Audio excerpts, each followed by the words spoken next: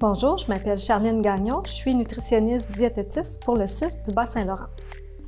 Les sujets qui seront abordés lors de cette deuxième capsule vidéo sur la saine alimentation sont les gras, l'équilibre au repas et la lecture des étiquettes. Le lien entre l'alimentation et le cholestérol sera aussi brièvement abordé.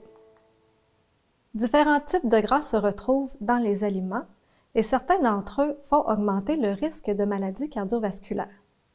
Ce sont les gras saturés et les gras trans. Ces deux types de gras contribuent à faire augmenter le mauvais cholestérol et quant à eux, les gras trans font aussi augmenter les triglycérides et descendre le bon cholestérol. Ils sont donc doublement négatifs. Cependant, sachez qu'une loi canadienne interdisant les gras trans et l'utilisation d'huiles partiellement hydrogénées est entrée en vigueur en septembre 2018. Afin de manger moins de gras saturés et baisser votre mauvais cholestérol, vous pouvez choisir des fromages légers à 20% et moins de matière grasse. Vous pouvez remplacer le beurre par de la margarine ou des huiles végétales, choisir le lait et le yogourt à 2% et moins, et aussi choisir des coupes de viande maigre, enlever le gras visible avant la cuisson et diminuer votre consommation de viande rouge. Voici un tableau qui résume les recommandations nutritionnelles afin d'améliorer votre bilan de cholestérol. Si vous souhaitez faire descendre votre mauvais cholestérol, en plus de manger moins de mauvais gras, il est aussi recommandé de manger plus de fibres, donc d'avoir des aliments riches en fibres à chacun des repas de la journée. Pour en savoir plus au sujet des fibres, vous pouvez aller consulter la première capsule vidéo sur la saine alimentation. Pour faire baisser le mauvais cholestérol, il est aussi recommandé de manger plus de bons gras, les gras insaturés, que l'on retrouve dans les huiles végétales, dans les noix, l'avocat et les graines. Si ce sont plutôt les triglycérides qui sont élevés, vous pouvez inclure dans votre alimentation de la semaine au moins 3 repas de poissons gras afin d'augmenter votre consommation d'oméga 3. Les poissons qui contiennent le plus d'oméga 3 sont le saumon, la truite, les sardines, le hareng, le maquereau et le thon blanc. De plus, il est recommandé de limiter la consommation d'aliments riches en sucre et de boire peu d'alcool pour faire baisser les triglycérides. Le repas équilibré est riche en nutriments et permet au corps de fonctionner de façon optimale. Il est recommandé d'inclure à chaque repas une abondance de légumes ou un fruit pour ce qui est du déjeuner, un féculent riche en fibres et un aliment protéiné. Il est aussi recommandé de faire de l'eau votre boisson de choix. Malgré la croyance populaire, la saine alimentation n'est pas seulement composée d'aliments supposés santé. Il n'y a pas d'aliments interdits et tous les aliments ont leur place dans la saine alimentation.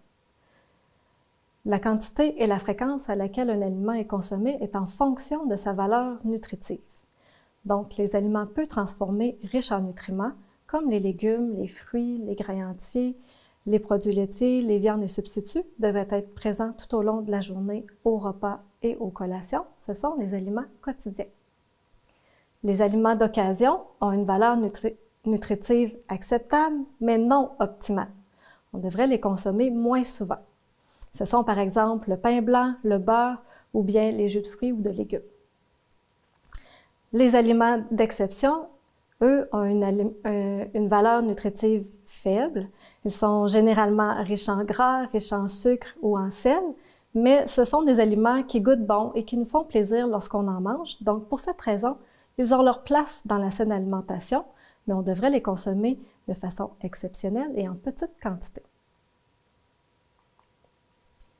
Donc, il n'y a pas d'aliments interdits ni de régime à suivre pour manger sainement.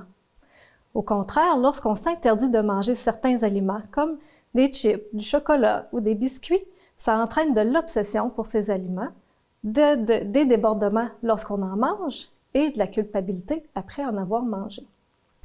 Donc, le problème n'est pas l'aliment en soi, mais la restriction qu'on s'impose.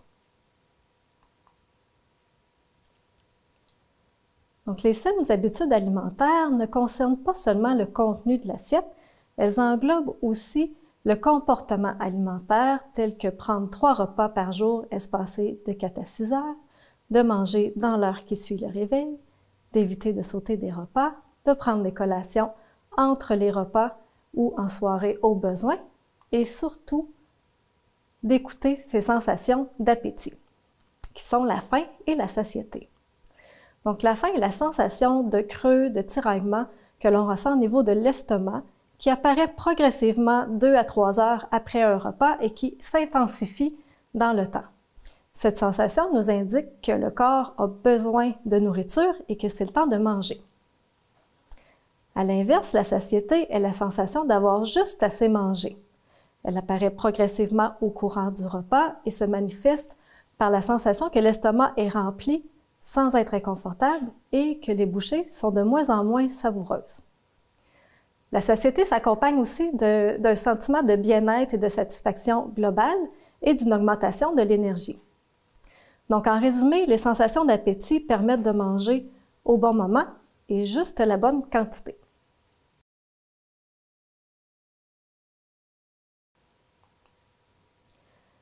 Le contenu d'une étiquette nutritionnelle contient 3 types d'informations. Le tableau de la valeur nutritive, la liste des ingrédients et les allégations nutritionnelles qui sont des expressions qui font ressortir un élément particulier dans l'aliment, comme par exemple faible en gras. Dans la présentation, nous allons aborder en détail seulement que le tableau de la valeur nutritive. Mais sachez que la liste des ingrédients est aussi très importante. Les ingrédients ils sont présentés en ordre décroissant de quantité, donc l'ingrédient contenu en plus grande quantité apparaît en premier dans la liste. Et il est aussi recommandé de choisir des aliments dont la liste des ingrédients est courte et contient peu d'additifs de toutes sortes. La première étape pour analyser le tableau de la valeur nutritive est de regarder la portion. C'est la quantité d'aliments utilisés pour calculer tous les nombres qui se trouvent dans le tableau. Donc, toute l'information du tableau se rapporte à cette portion spécifique. C'est une portion de référence et ce n'est pas nécessairement la portion recommandée à manger. De plus, si vous voulez comparer des produits entre eux, il est important que la portion soit semblable pour pouvoir les comparer directement sans faire de mathématiques. Mais heureusement, dès décembre 2021, la portion de référence va être standardisée pour un même type de produit, ce qui facilitera grandement la comparaison de produits entre eux. La deuxième étape est de regarder le pourcentage de la valeur quotidienne. Ce pourcentage est un guide pour vous aider à faire des choix éclairés. Il permet de voir rapidement si l'aliment contient peu ou beaucoup du nutriment. Alors, si le pourcentage est faible, donc 5% et moins, ça signifie que l'aliment contient peu du nutriment. Et au contraire, si le pourcentage est élevé, donc 15% et plus, ça nous indique que l'aliment contient beaucoup du nutriment. Donc, nous vous suggérons de viser un pourcentage élevé, donc 15% et plus, pour les nutriments que vous voulez augmenter, comme les fibres, les vitamines et les minéraux. À l'inverse, vous pouvez viser un pourcentage plus faible, 5% et moins, pour les nutriments que vous voulez diminuer, comme les sucres, le sodium et les gras saturés et trans. Voici un exemple pour pratiquer la lecture des étiquettes. Vous avez sous les yeux 3 tableaux de bouillons commerciaux. Si vous voulez choisir celui qui contient le moins de sodium, lequel choisiriez-vous? La première étape est de regarder la portion et de s'assurer qu'elle est semblable. Dans ce cas-ci, la portion est la même pour les 3 bouillons, donc nous pouvons les comparer directement sans faire de calcul mental. À l'aide du pourcentage de la valeur quotidienne, on voit rapidement que le bouillon de droite est celui qui contient le moins de sodium, puisqu'il fournit seulement que 2% de la valeur quotidienne en sodium, ce qui est considéré comme faible puisque c'est inférieur à 5%. C'est le bouillon sans sel ajouté. Le bouillon de gauche, pour sa part, fournit 24% de la valeur quotidienne en sodium, ce qui est considéré comme élevé puisque c'est supérieur à 15%. C'est le bouillon régulier. Et le bouillon du centre, qui est un bouillon réduit en sodium, fournit 16% de la valeur quotidienne, qui est aussi considéré comme élevé puisque c'est supérieur à 15%. Cet exemple fait aussi réaliser que certains produits réduits en sodium, comme dans ce cas-ci le bouillon du centre, contiennent encore trop de sodium. Maintenant, nous vous présentons des suggestions de sites web pour des recettes ou de l'information sur la saine gestion de poids, l'hypertension artérielle et les maladies cardiovasculaires. En terminant, avoir des saines habitudes de vie est le meilleur moyen de se sentir bien dans son corps et dans sa tête. Nous vous encourageons à vous fixer des petits objectifs réalistes et durables et d'être fiers de vos réussites. Une fois que vous aurez visionné toutes les capsules vidéo, nous vous invitons à aller remplir le formulaire en ligne sur notre site web. Nous vous remercions pour votre écoute.